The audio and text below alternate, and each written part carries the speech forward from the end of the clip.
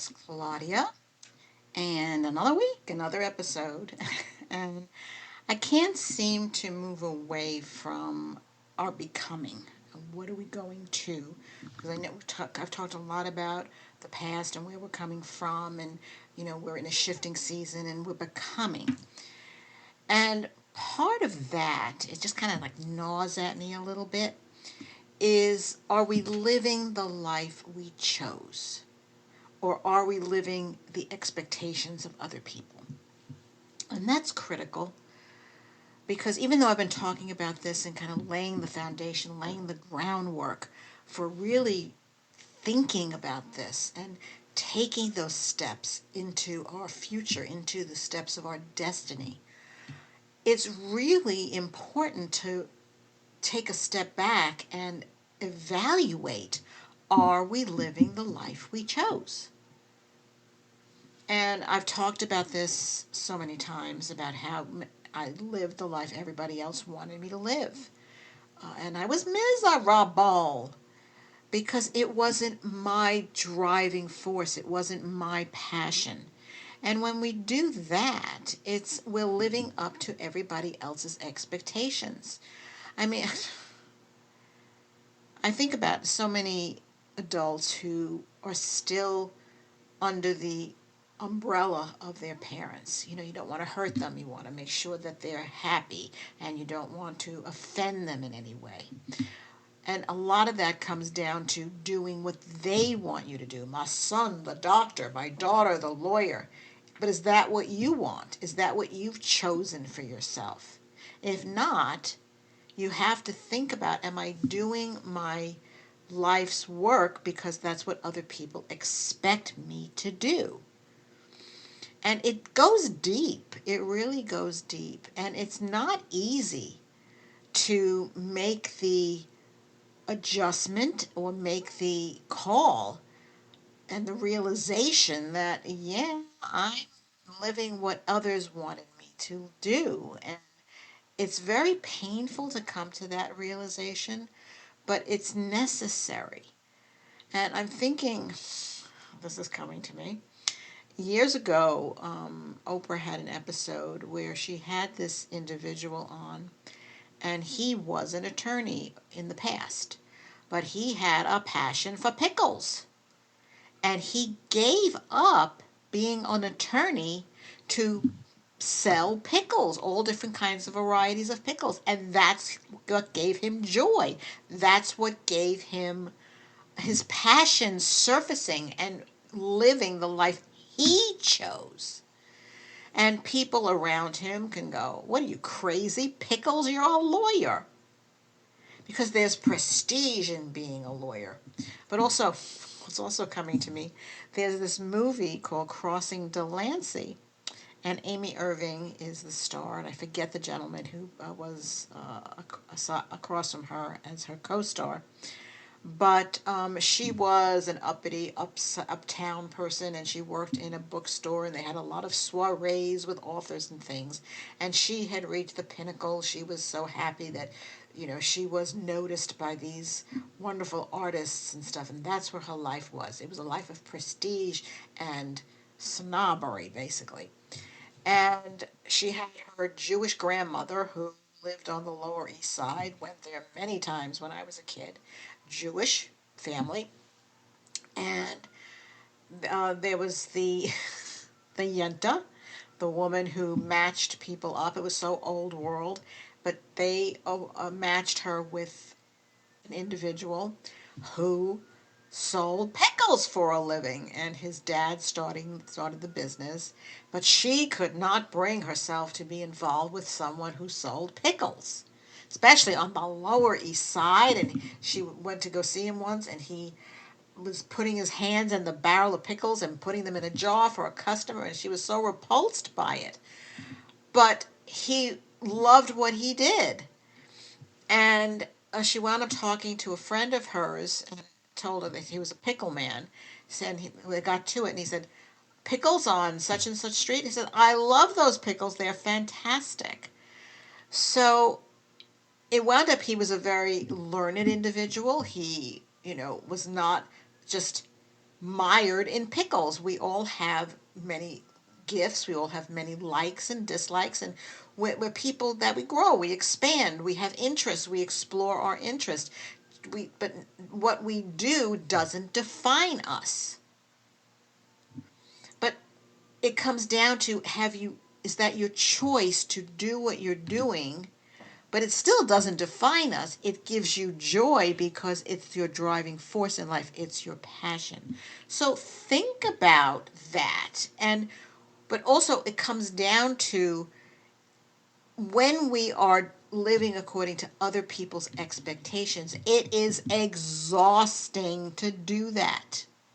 Are you feeling tired because you're not doing what you want to do, but you're doing what you're expected to do, and you have to constantly be on guard. You have to constantly be pleasing somebody else.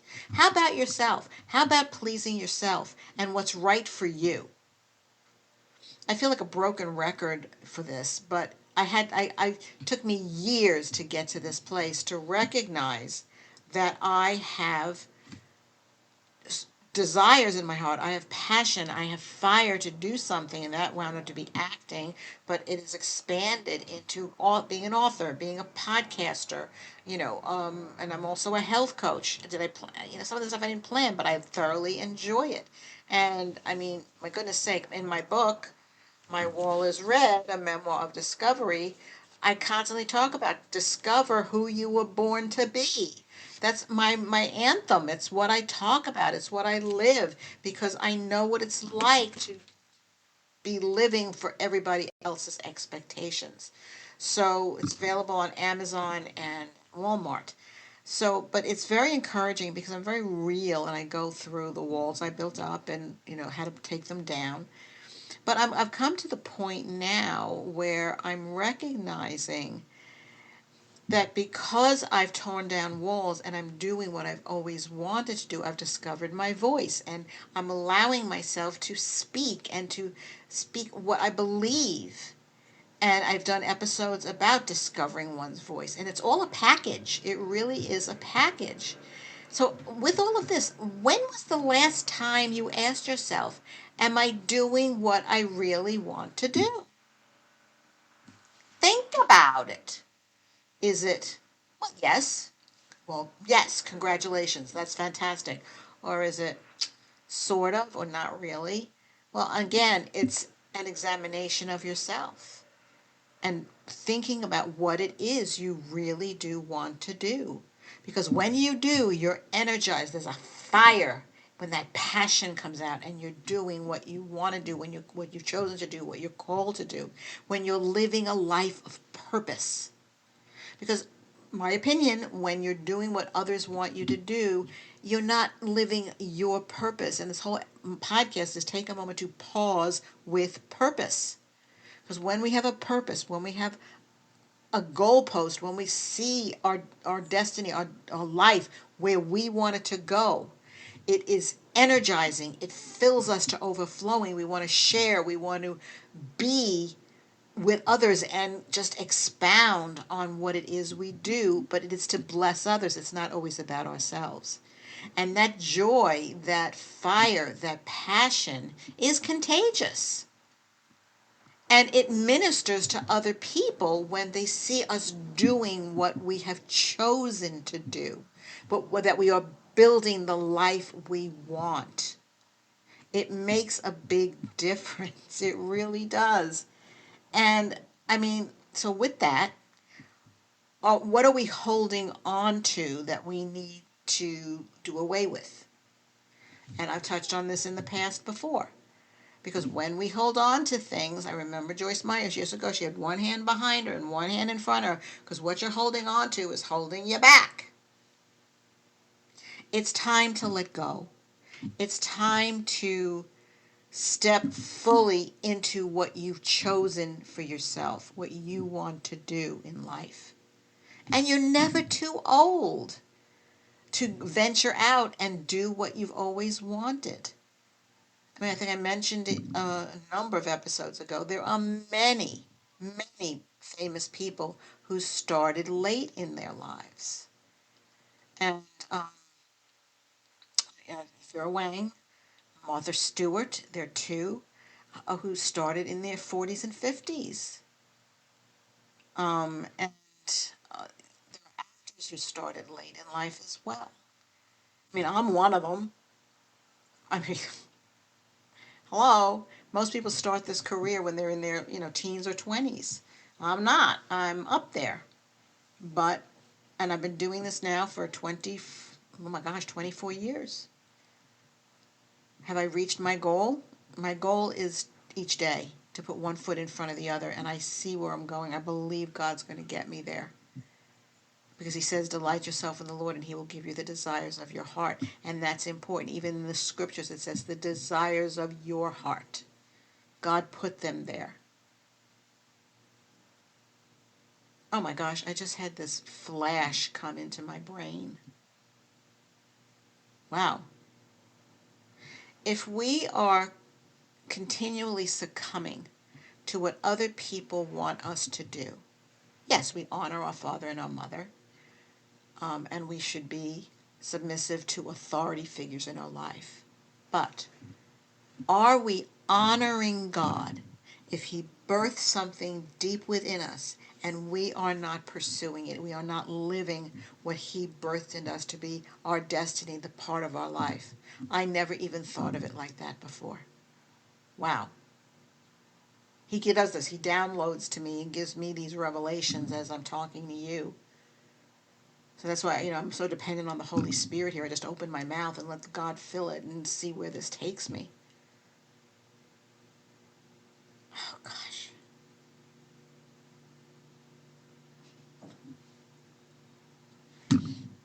Wow.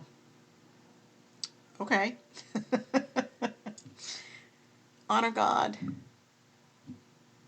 with the gift he's given you. We all have gifts. We all have purpose. Let us use it to honor God because he fashioned us and we are fearfully and wonderfully made. And then, are we doing things because we've always done them that way? We don't open ourselves up to change. And I'm thinking of this funny joke, story, whatever it is, that there was this young married couple, and the bride was making a ham, and she couldn't fit it in the pan, but she was cutting off the ends of the ham so she could get it in the pan and put it in the oven. And her new husband comes in and says, "What are you doing? You're cutting off the ends. We're wasting food." "Well, my mother always did it that way." Well, they went to the mother and they said, "Well, my mother did it that way."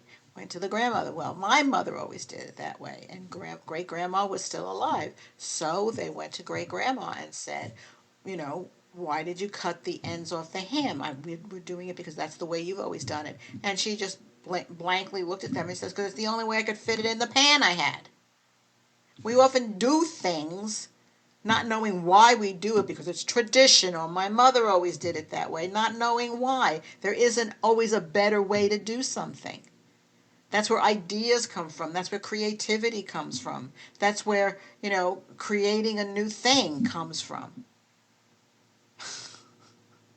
We get so settled in our ways that we get comfortable and we don't even think that there might be an alternative to what we're doing. Do we keep ourselves open to watch other people to see how they're doing the same thing that we're doing, but they're doing it differently? Or do we shut down because we're so used to doing things a certain way? We've got to stay open. We've got to keep looking and growing. And we have to be open to learn that there's a better, that's the phrase I'm looking for, there's a better way to build a mousetrap. There's a whole video and teaching on that. There is a better way to build a mousetrap. So, it's like, I find this funny sometimes. I really do. So, are you staying in the old, or are you taking the steps to build a better life? Not only for yourself, but for your loved ones and for the others around you. Is it time to build a better life and let go of the old? I'm so glad I did. And I'm still dusting stuff off. This is an ongoing process. And that's the painful part. It's our process. And I never liked that word, ever. But when we go through the process, we make progress. So, when we look at our lives and we take the time to build a better life,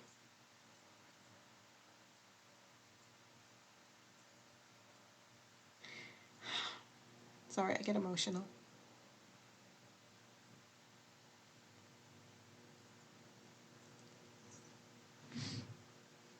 Our futures are shaped by the choices we make, not by the life we've already lived. It's ongoing.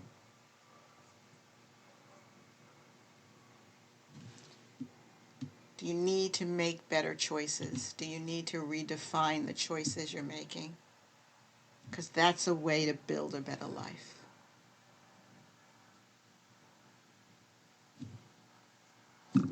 Wow. Yeah.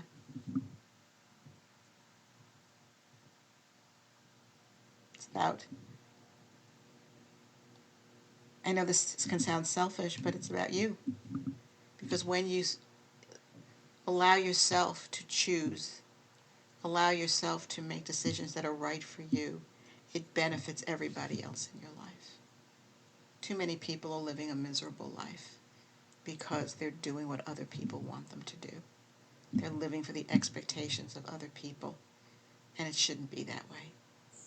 So take a moment to build a better life and stop living by other people's expectations. Be blessed, everyone.